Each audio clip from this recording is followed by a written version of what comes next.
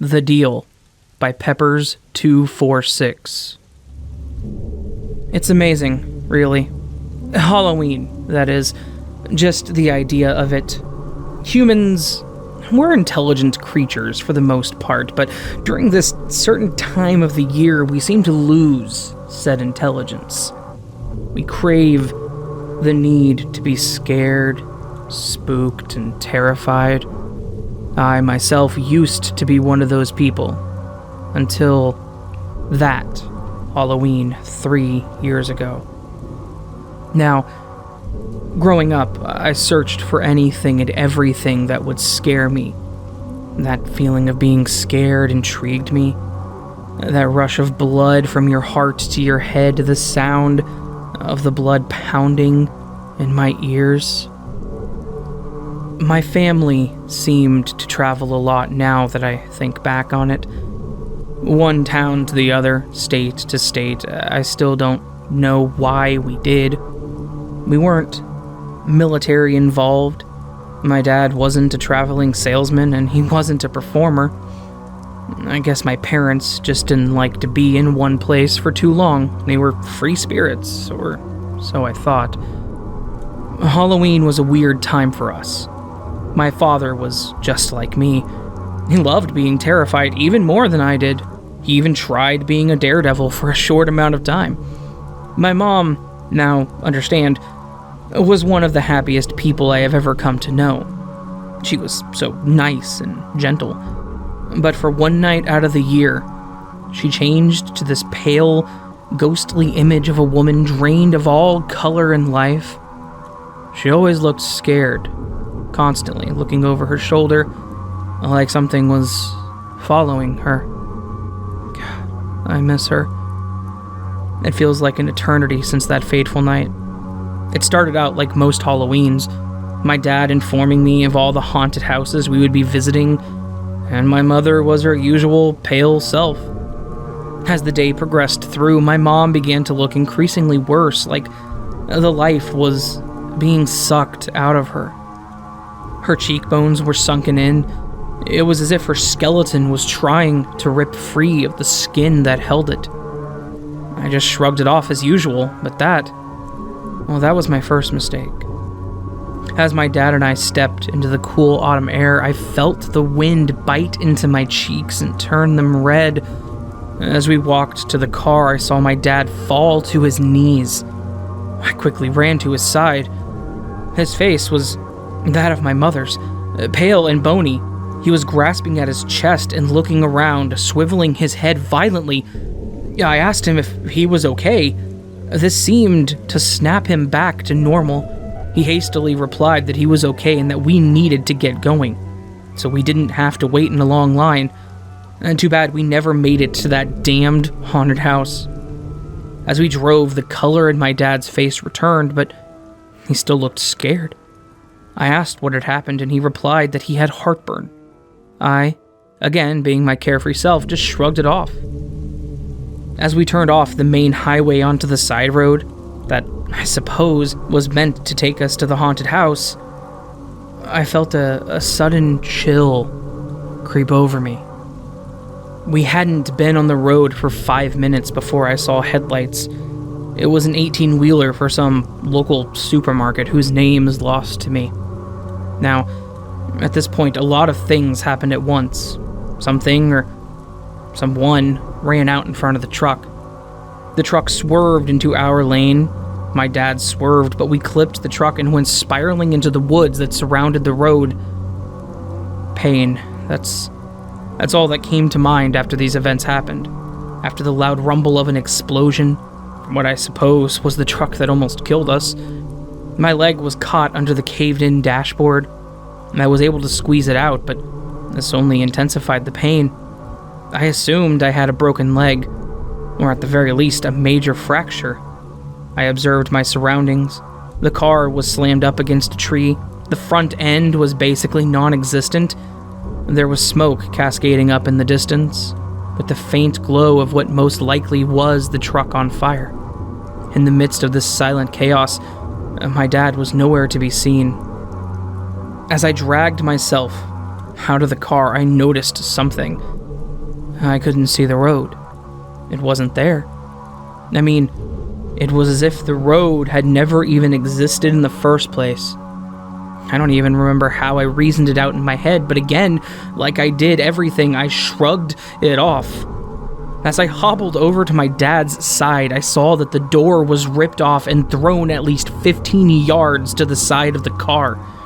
There was a clear path, though, outlined in the weeds by blood and ripped pieces of clothing. Had someone dragged my dad to safety? I remember thinking it was the only logical thing unless he dragged himself, but then why? Why would he do that? I followed the trail for what seemed like forever, almost losing it a few times, like he tried to walk at some point but just gave up. And after what felt like forever, the woods gave way to an opening. There before me lay a cemetery, but there was something different about this cemetery that was different from anything that I had ever seen. I felt a rumbling underneath my feet, like the dead were resisting the holds of their earthly prison. The tombstones had no names, but were all wrapped in chains. Standing in the middle was a figure. It was dressed in black, and beside him lay my father. I called out to it then. It turned its head toward me. What I saw I cannot describe because its appearance did not stay the same for long. One moment it was a skeleton, next it was my friends, then my relatives, then a snarling beast whose name I know not. Then he spoke. His voice was hollow yet commanding. It gave me a feeling that I can only describe as hopelessness. He told me that my parents had committed great crimes. When I asked him what my father had done, he said that he had made a deal that helped him cheat death and that he had been running from it since. I stood there, still pondering on whether or not this was a dream. I heard an anguished cry gurgle up from my father. Silence. My father was nowhere to be seen. The dark figure sank into the ground, and with him went my sanity and consciousness. Darkness overtook me. I awoke on the sidewalk next to my house. My mother was gone. The house was cleared out, and nobody even remembered my parents. Now, here I am in the hospital with the only person in the world I love, my darling wife, Rose. Please, take heed of my story and know that you cannot cheat death. There, honey, it's done, I said to Rose soothingly. Oh, thank you, baby. Oh, that must be the doctor. I walked over to the door, and there stood the doctor in his freshly cleaned bone-white jacket, looking very similar to a ghost. Tom, I know times have been tough for you and Rose, and over these past years, I feel like we've become good friends, so... It kills me to tell you this, but it seems the cancer is terminal. The word terminal, it echoed throughout my mind. It resonated through it like the sound of glass shattering. I understand, I said back. I understand that this is hard. I'll give you a few moments to discuss things. I turned back into the room and started to walk to her bed when I heard another knock. I backtracked to the door and opened it. I saw a man of average height, gray, pin-striped suit and a black fedora. His eyes were icy blue and chilled me to the bone. He looked me in the eyes with a piercing stare and simply said, "Want to make a deal?"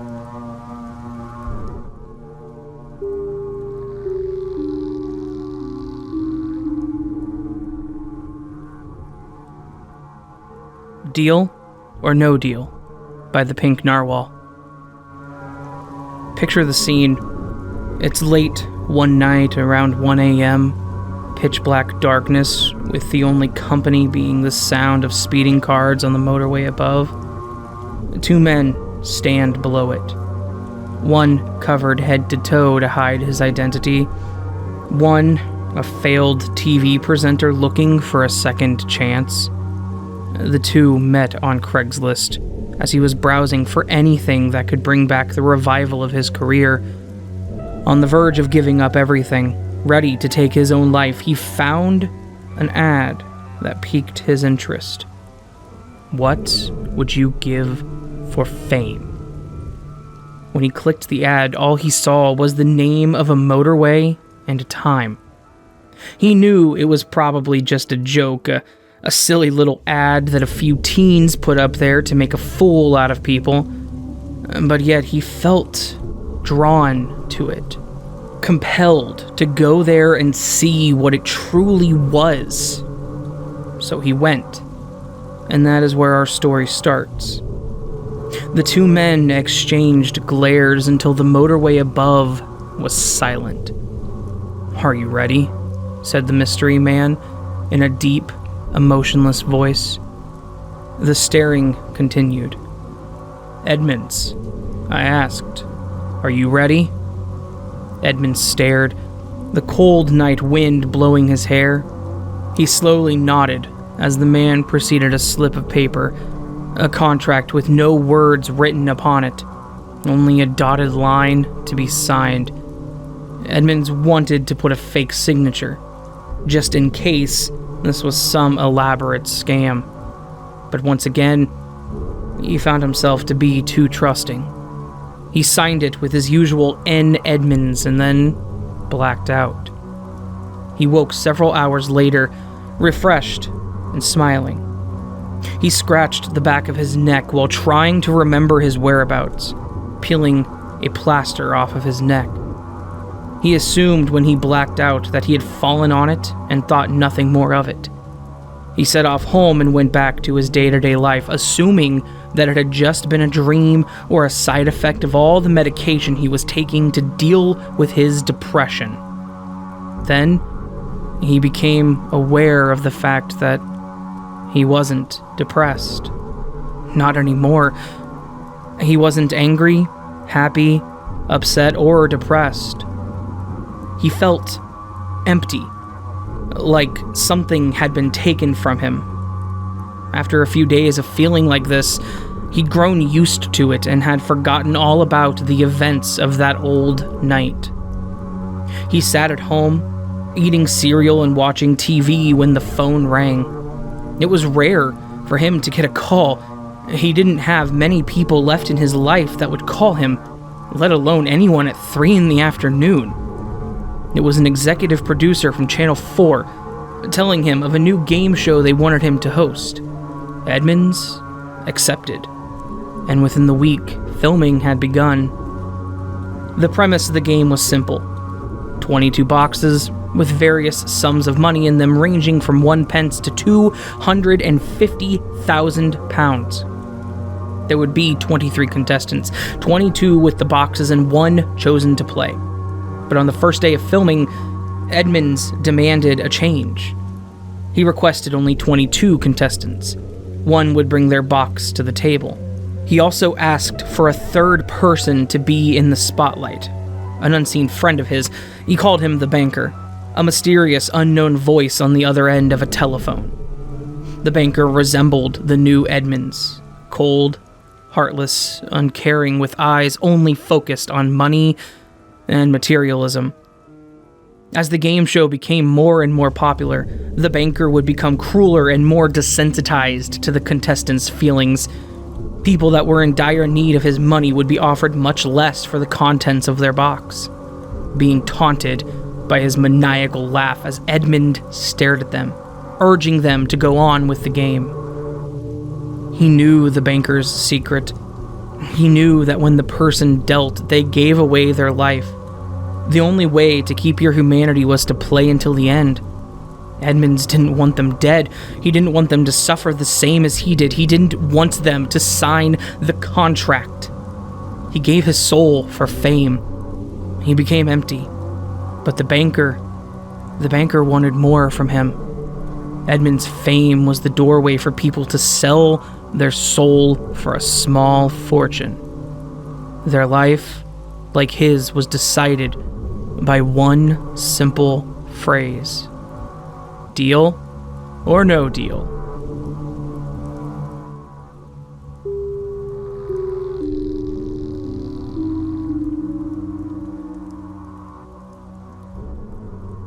Sinderella by Horror Goddess. The poor servant girl was treated very badly by her wicked mother for years. She would constantly be left alone to do the housework 24/7. Her mom would ridicule her, talking down to her, and beat her with her belt until she couldn't stand. Tonight was the night of the prince's birthday party, the night he would choose a bride. The poor servant girl made a dress of old sheets. When the mother found out, she tore the dress and beat the daughter. Before storming out, it was then that I appeared, before a dark shadow figure with black wings. And child, I'm your fairy, and I'm here to grant you 3 wishes, I said, kneeling down with her. Do you hear me? She looked up at me as I called her by her name. I want to go to the ball, she said. I grabbed the leftover dress and rolled my eyes at it. A long black satin dress with cloak, a face veil, and black crystal high heels appeared on her body. She climbed to her feet. Wish to, my dear. I want revenge on my mother, she said. Fine, I smirked, leading her outside. I will handle that. Final wish. I want to stay young and beautiful and find happiness. Fine, dear. I clicked my fingers, and a black coach with black horses appeared, but be back by midnight, dear. Oh, Lord, moaned the prince. This party is boring. So many snobby, boring, fake, pretentious women here. All gold diggers, the whole lot of them. It was then that I saw her. A beautiful girl in all black, a veil hiding her face. I asked her to dance. We danced with fire and passion. She moved in a way that ignited fire in me. She smelt like cherry drops. I have to go, she said as she turned. She ran and stumbled, dropping her shoe. The girl made it home just in time. Several hours had passed when a knock came at the door. Excuse me, it's the police. They then informed her that her mother had been found dead, trampled by a horse. The police also found a letter on her that she had confessed to taking all of her daughter's money and killing her father. The next morning, advisors from the palace visited the house with the shoe from the party. It fit, and the girl and the prince were married. They lived happily for 50 years. She never aged or grew ugly. They had 3 children. Then, the prince tragically died one night. She was in bed. When she felt a cold chill, the fairy was back. My dear, you had your wishes. You had a good, long time. But I'm afraid time's up now. She nodded as she took my hand. We both vanished into the night.